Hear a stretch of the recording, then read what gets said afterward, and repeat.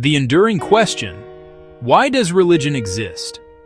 This is one of humanity's most profound and persistent questions.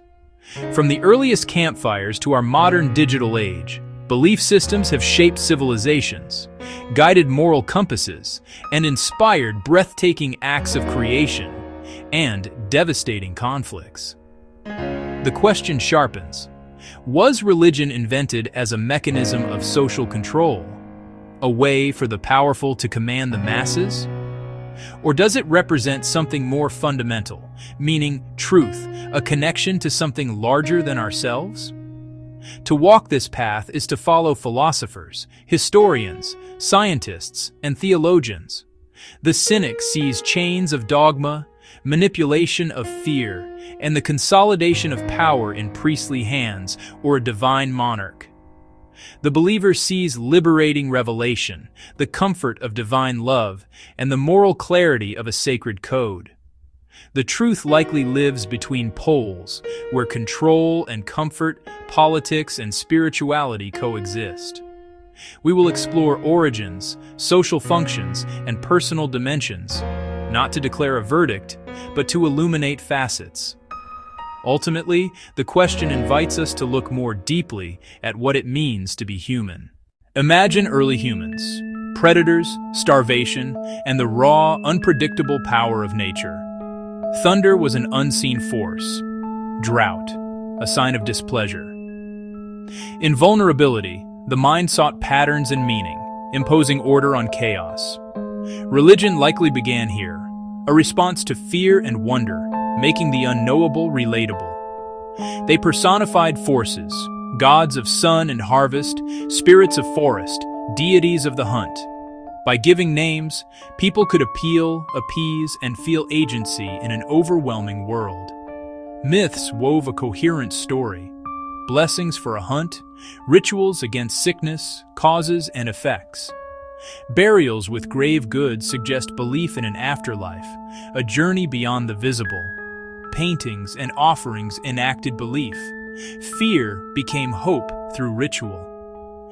These practices gave comfort, order, and a buffer for the fragile psyche. As bands became towns, new rules were needed to resolve disputes, organize labor, and keep harmony. Religion proved effective for social order. Divine commands carried greater weight than human suggestions. Leaders aligned with the sacred to legitimize rule and command obedience. Pharaohs were living gods. Mesopotamian kings built ziggurats linking power to the divine.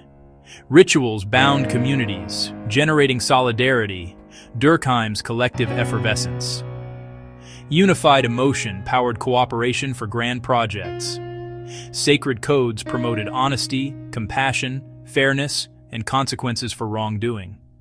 Sanctions restored cosmic balance or appeased angered deities.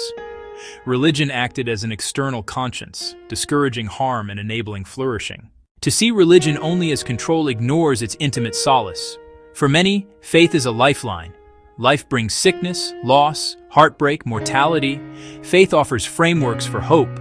Prayer asks for strength, guidance, or peace when worldly tools fall short. Awe and wonder also spark spiritual search. Beauty invites contemplation. Disciplines quiet the mind and open deeper awareness. Experiences of peace, unconditional love, and unity can be life-altering. Houses of worship become sanctuaries for shared hopes, struggles, and faith. Community provides practical help, emotional support, and spiritual encouragement. Beliefs about a loving God, lasting meaning, and life beyond death anchor purpose. Archaeology offers windows into ancient minds. Spiritual thinking appears deeply ancient. Intentional burials from 100,000 years ago imply new thinking about death. Grave goods and ochre suggest an afterlife and symbolic lifeblood. Cave art, not decoration, but sacred space, rites for hunt, initiation, and spirit world connection. The journey into the earth to paint implies powerful ritual purpose. In the Neolithic, organized religion becomes clearer and communal. Göbekli Tepe, monumental pillars before pottery, writing, or agriculture. a regional spiritual center, perhaps catalyzing large settlements. Here, religion appears as a prime mover, not mere byproduct. If religion arose from fear and social order, is it all a lie, a comforting story, an elaborate system of control? We must separate components. Many elements are human-made and historically misused. Rituals, laws, hierarchies, and texts evolve across cultures and can be twisted for power. Leaders invoked the sacred to justify war, hoard wealth, persecute dissent, and uphold oppression. But condemning the whole on the basis of abuse mistakes the container for potential contents. Many great teachers critiqued corruption and called people back to compassion and personal spirituality. Science tests empirical claims. Spiritual texts often speak in values. Claims about meaning, value, and purpose are answered in lives of love and service. Religion was not made by committee. It grew organically from fear, wonder, community, and yes, control. Threads: fear before nature, wonder at existence, need for belonging. Religion framed laws and authority, enabling cohesion for flourishing, and inviting corruption.